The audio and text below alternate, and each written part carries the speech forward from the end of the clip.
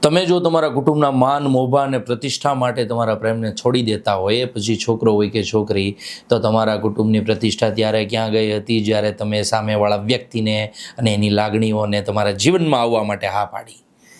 તમારી પ્રતિષ્ઠા ત્યારે ક્યાં ગઈ હતી જ્યારે ખુલ્લા ગાર્ડનના બાકડા ઉપર તમે એનો હાથ પકડીને બેઠા હતા. તમારી પ્રતિષ્ઠા ત્યારે ક્યાં ગઈ હતી જ્યારે કાઉન્ટર ઉપર તમે તમારા આધાર કાર્ડ મૂક્યા હતા અને કહેવામાં આવ્યું હતું કે સારામાં સારો રૂમ આપજો એમ.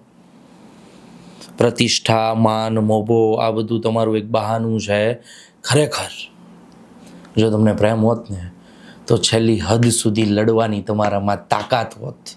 અને તાકાતના દમ ઉપર જે વ્યક્તિને તમે પ્રેમ કર્યો છે, જે વ્યક્તિ સાથે જીવન મરણના સપના જોયા છે, જે વ્યક્તિ સાથે તમે તમારી લાગણીઓ એક કરી છે, એને ક્યારેય છોડી ના હોત, એનો હાથ પકડીને રાખ્યો હોત અને જીવનભર સાથ નિભાવવાનો એ વચન તમે એને આપ્યું હોત.